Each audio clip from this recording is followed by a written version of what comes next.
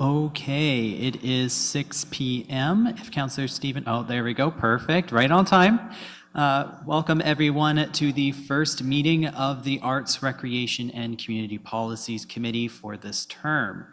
I am Ian Sullivan, I am the committee clerk for this committee, and it is my job to start us off by first confirming we do indeed have quorum.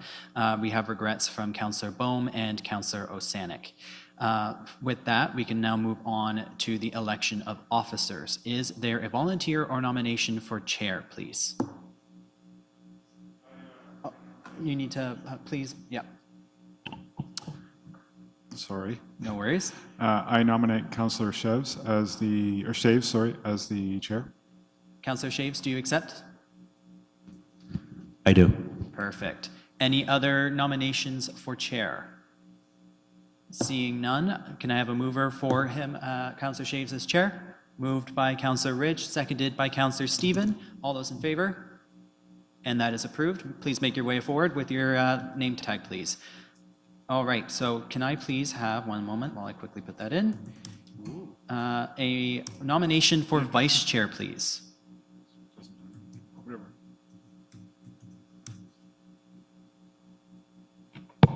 I nominate Councillor Amos for vice chair. Councillor Amos, do you accept? I do. Perfect. Reluctantly. Any other nominations for the position of vice chair?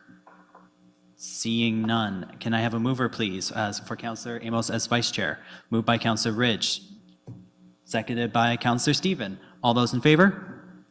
And that is carried. Happy to turn it over to you, Mr. Chair.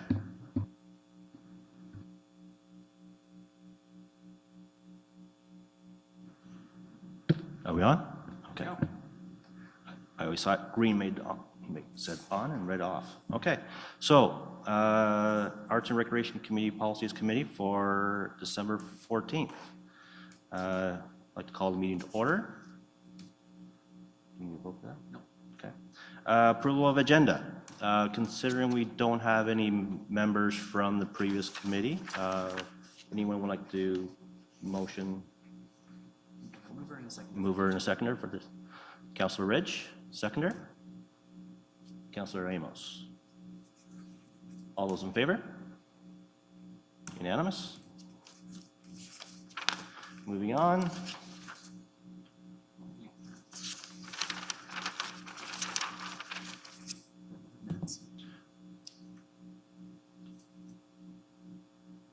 Just did that for me. No, we did the agenda, so we have to confirm the minutes of the... Oh, so I'm speaking over all on? Yes. Okay. Okay, so I went a little backwards. Confirmation of minutes from the previous meeting. Do I have someone to motion? Councillor Stephen? Do we have a seconder? Councillor Amos? All those in favor? Passed unanimously. Should I write that down? Or you got that? Okay. Thank you. Number 5, anyone have any disclosure of particular interest in this matter? Seeing none. Delegations? There are none. Moving on. Briefings. We have one briefing. Calling Whittington, Director of Arts and Culture Services, will introduce Felix Lee and Violet Tang of Kingston Arts Council to speak to the committee with respect to the approval of the Kingston Arts Council plan for administration of arts funding for the Corporation of the City of Kingston in 2023. Thank you very much, and through you, Mr. Chair, I'm pleased to be here on behalf of Arts and Culture Services and to have this opportunity to meet new councillors for the first time, most of you in person. I also want to introduce my colleague, Danica Lougheed. She's the Manager of Arts and Sector Development who's joining me this evening, and she's the primary contact who works between the City of Kingston and the Kingston Arts Council. And I'm very pleased to be able to introduce Felix Lee and Violet Tang, who are our colleagues from the Kingston Arts Council. And just before I do that, though, I just had one slide that I wanted to share with the committee in terms of helping with some orientation for new councillors. The City of Kingston Arts Fund, as referred to in the report, is a program that's been in place since 2007, and it has been administered on behalf of the City of Kingston since that time by the Kingston Arts Council, who helped to develop the program from the get-go. And actually, through any given calendar year, there's actually 4 touch points for council in relation to this program. So what's in front of the committee this evening is that first touch point, where we have an opportunity at the beginning of a year to review and approve the plan for administration. So this is something that the Kingston Arts Council develops as part of their service level agreement with the city.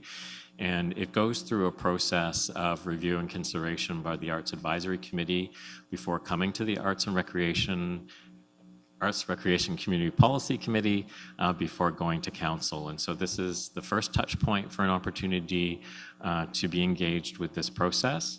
The second touch point is in the spring, in approximately March, when we have an opportunity to come back to council to consider the renewal of a service level agreement with the Kingston Arts Council, which is, as I say, the body that does administer this program on our behalf. They do a number of services on behalf of the city, but the administration of the City of Kingston Arts Fund is one of their primary services that they deliver.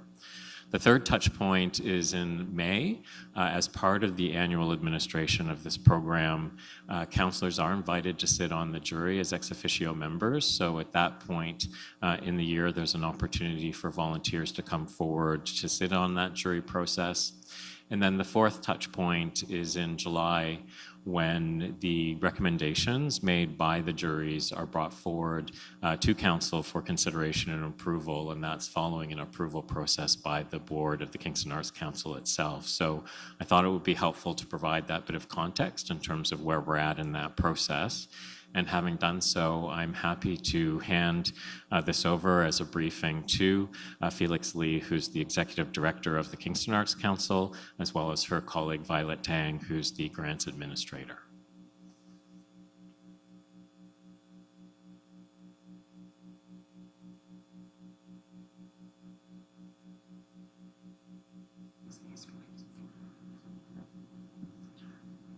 Felix Lee?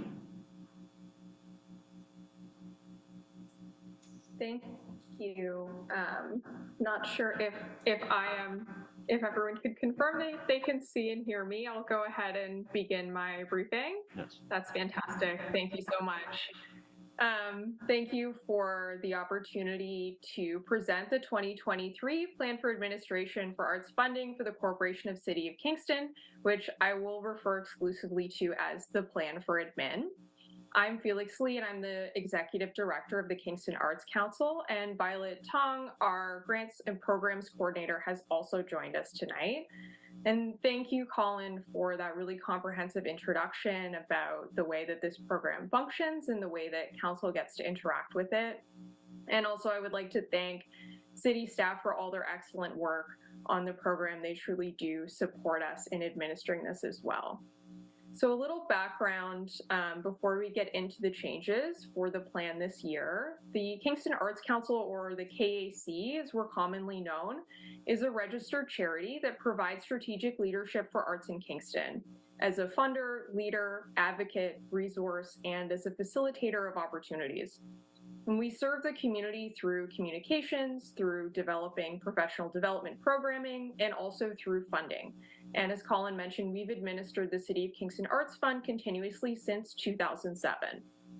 Tonight, we're discussing the Plan for Admin for your consideration and approval. This document is the foundation of the City of Kingston Arts Fund, or CCAF, as it's more affectionately known. As per our service level agreement, as Colin alluded to, every year we, as the KAC, meet with CCAF jurors, with representatives from local arts organizations and collectives, with community members, artists, and City of Kingston staff, and we collect feedback and we consider potential revisions to the Plan for Admin. Based on that annual review and on our own insights as administrators, we then draft the plan, which is approved by our board of directors, by the Arts Advisory Committee, by this committee, Arts Recreation Community Policies, and then finally by Kingston City Council. The version that was submitted to you has already been reviewed and approved, as you would have noted, by the KAC Board of Directors on the 20th of October and the Arts Advisory Committee on the 10th of November. Since its inception, CCAP has invested millions of dollars into our community, and it has supported the growth of our arts and culture sector for the last 15 years. It aims to foster cultural vitality, to increase the capacity of the arts community to create and produce artistic work. It engages residents, enhances our city's cultural economy, and it supports financial stability and sustainability in the sector. Currently, the program is structured with 2 streams: operating, which provides stable annual funding to nonprofit arts organizations, and project, which funds arts projects in the community carried out by nonprofits, collectives, and individual artists. In accordance with best practices for this type of program, the grants are awarded by a jury of 5 local artists and arts professionals who make their funding decision based on the adjudication criteria and following the guidelines that are laid out in this plan for admin. In 2022, we awarded 11 operating and 17 project grants for a total distributed of $613,503.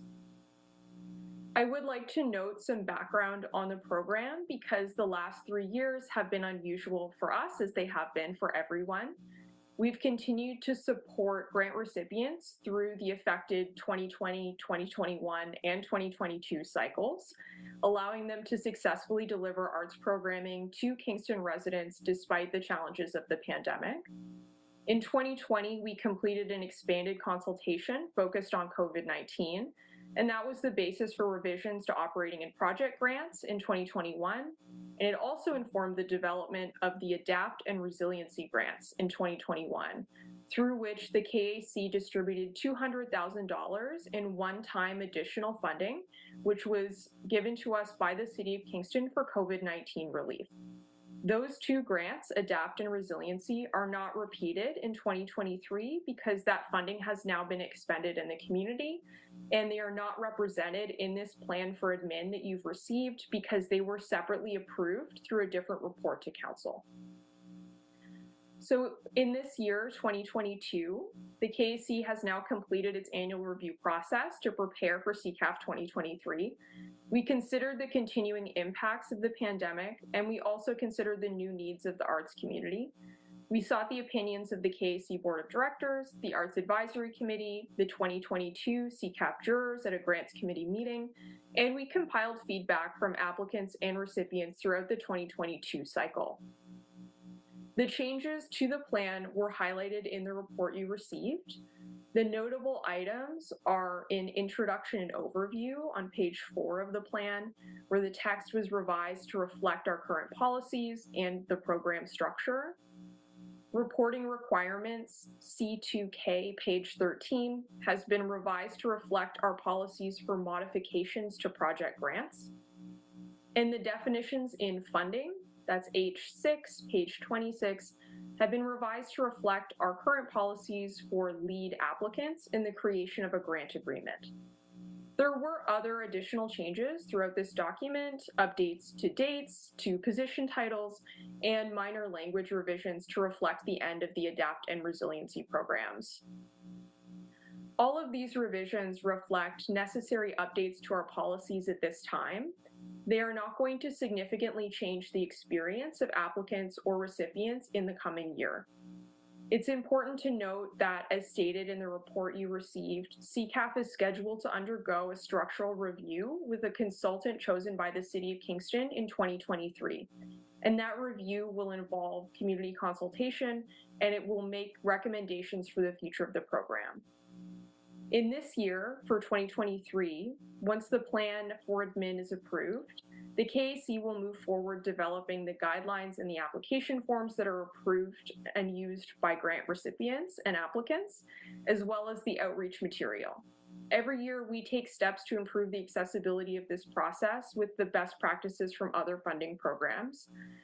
In 2023, what that means is that we'll be creating new support and guidance material on our website, in addition to the annual information session, which is mentioned in the plan for admin. to help new applicants better navigate the program.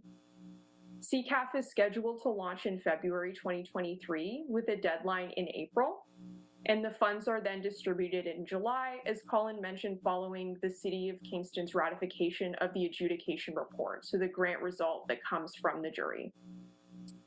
And that concludes my presentation tonight. Thank you again for the opportunity to speak to you, and I am happy to answer any questions about the document. Thank you, Mrs. Lee. Any questions or comments from the councillors? Councillor Amos. Through you, Mr. Chair. Two questions. I noticed in the document that any first-time applicants are required to sit down with Kingston Art Council staff. Can you explain why first-time applicants have to do that, please? Yes, I can.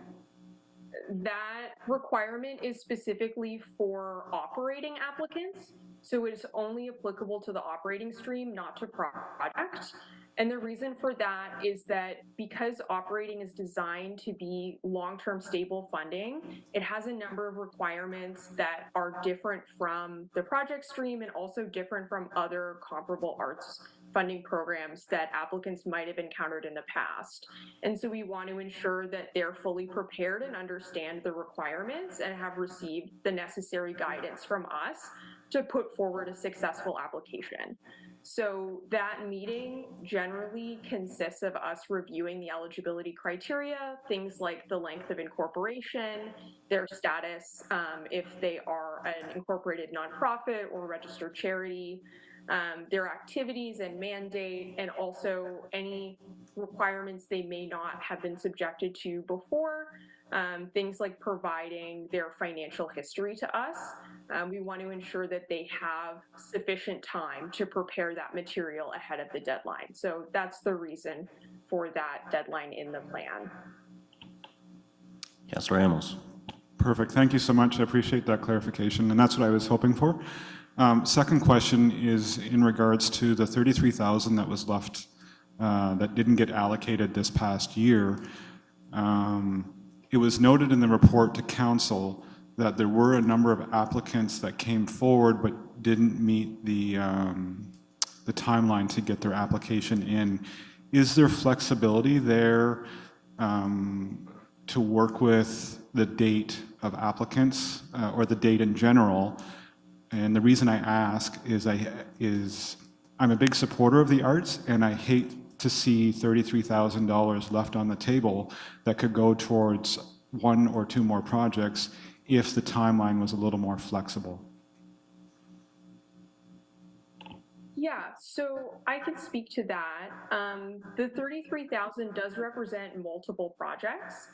So it was not a single grant, and those were impacted by different factors. One of them was related to the constraints of time. We were quite flexible during the pandemic. We did create a postponement system because obviously starting in March 2020, a lot of events had to be pushed back. Many people chose them to push back to 2021. And then in 2021, as we all remember, we continued to feel the effects of the pandemic in a way that we had not necessarily anticipated. And so there became situations with some grants that were pushed more than a calendar year past that deadline. And so we did work with applicants quite extensively, and we also worked with recipients to create plans that were feasible, that were still in line with the purpose of the grant they had applied for, because they do have a duty to fulfill what the jury has endorsed. And we tried to do that in a way that was really effective in considering the challenges that happened from 2020 through to 2022. And it was largely successful. One of those grants two of them did voluntarily choose to withdraw. So sometimes applicants say it's not feasible for us at this time because of the challenges that are happening. And that's a situation that I would say was fairly unique because of what happened in the community during those 2 years. It's not something that happens in a regular year. If we can still talk about regular years in the history of the program, it's not common. Usually those unallocated funding amounts are in the range of one grant that was withdrawn, or sometimes there's an unallocated amount year to year that's something like $500.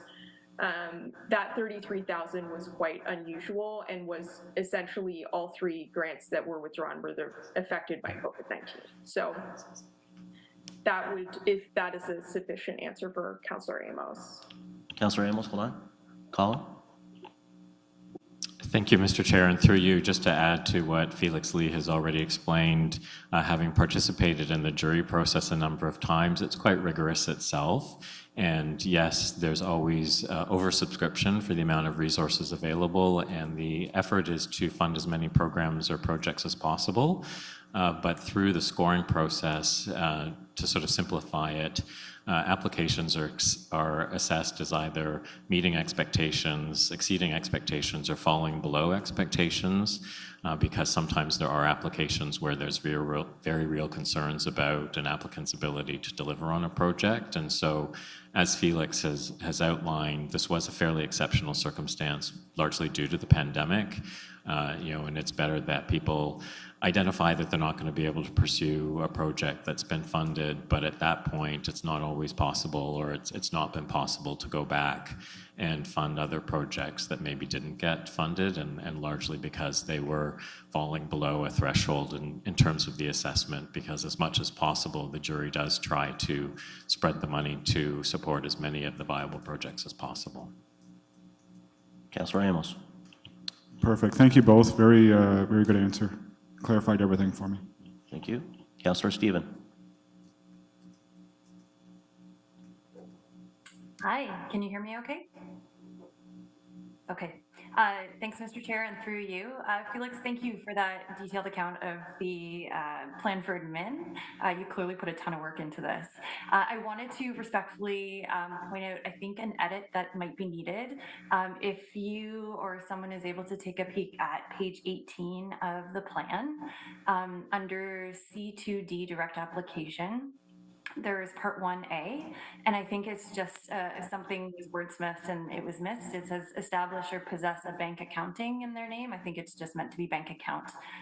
So I'm not quite sure of the procedure to have that changed, but I just wanted to point it out because the rest of the report, clearly you've, as I said, worked so hard on. We have a comment from Mr. Chair, from the clerk. Quite the promotion I just got there. Through you, Mr. Chair. So we will deal with that when the recommendation to accept it is on the floor, and we'll just consider this as amended because it's a small procedural fix. I took a look at it earlier myself, and so I think Felix can fix this, and then it will be totally fine. So we'll just consider it amended when we get to that point. Thank you. Councillor Stephen? Through you, Mr. Chair, thank you both very much. I appreciate it. Councillor Ridge?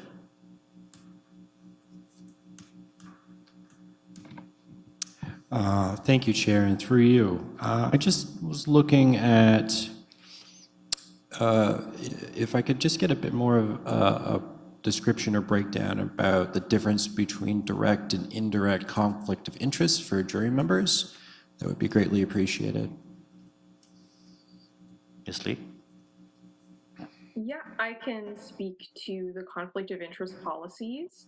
The most straightforward way to think about it is that typically the most obvious direct conflict is a financial one. So someone who would directly financially benefit from the funding decision would be in direct conflict. And that would include obviously someone who is applying would be in direct conflict, but also someone who is employed by an organization that is applying. And we also consider, to an extent, personal relationship in terms of direct conflict as well. So if someone is married to an applicant or shares a financial household with an applicant, that also would constitute a direct conflict. When we consider the line between direct and indirect, usually an indirect conflict falls short of a financial benefit to the juror, but could cause them to be biased in their decision making anyway. Either emotionally or professionally, it exerts pressure on their decision. And so indirect is a little more it's a little harder to define for that reason, but an example might include if they had previously worked for an organization that is applying and they had recently left. That's something where they still have that professional relationship and history. They might even be involved in some of the things that are discussed in the application, even though they no longer have any kind of financial relationship. So that would be an example of an indirect conflict. Councillor Ridge. Thank you very much for the clarification. I appreciate that. I'm simply thinking with regards to the size of the arts community in Kingston, with the way that the definition of indirect is in the document. I was just curious about that clarification, so I really do appreciate that. Thank you very much. Any further questions? Okay, moving on to business, which we only have one of. Do we have anyone in the queue?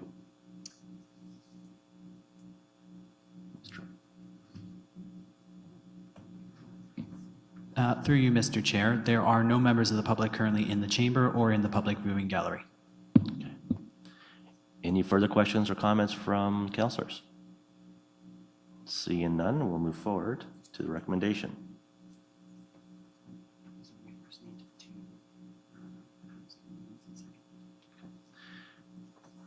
Could we have a mover for this? Councillor Amos, second by Councillor Ridge. That the Arts, Recreation, and Community Policies Committee recommend to Council the following: that the plan for administration of the arts funding for the Corporation of the City of Kingston Arts Fund in 2023, attached to report ARCP-23-001 as Exhibit A, be approved and presented. Any questions or discussions? All those in favor? Passed unanimously. We have no motions. No notice, any notices of motion? No. Any other business? Seeing none. Correspondence? We have none. Date of next meeting. Next meeting is scheduled for Thursday, February 9th at 6 p.m. Do we have a motion to adjourn? Councillor Ridge, second by Councillor Stephen. All those in favor? Meeting adjourned.